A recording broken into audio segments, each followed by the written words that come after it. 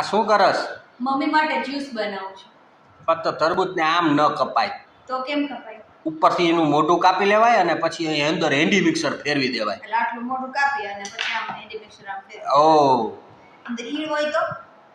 હે ઈડ હોય? ઈડ હોય, કોઈ જીવાત હોય, પછી આમ સપોઝ અંદર બગડેલું હોય તો, અંદરથી અહીંયા અંદર બગડેલું હોય તો, વાસ આવતી હોય તો, ગંદુ હોય તો, સડેલું હોય તો શું કરવાનું? એવું ખાઈ લેવાનું ઈડ વાળું. પછી આપણને ઈડ તો પીસાઈ જાય હેન્ડી મિક્સરમાં, ગંદકી પીસાઈ જાય તો માંદું પડવાનું, ઝાડા ઉલટી કરવાના, તકલીફો ઊભી કરવાની બીજી કેટલી બધી. એટલે ઈડ વાળું ખાઈ લેવાનું. એ ઘણાને એવી આદત હોય આમ ચમચી લે અને પછી આમ હલાવે અને પછી આમ ચમચીથી સીધું ખાય, તો એમાં ઈડ પેચાઈ જાય. ઈડ હોય તો, અંદર ગંદકી હોય તો, સડેલું હોય તો, વાસવાળું હોય તો, બગડેલું હોય તો.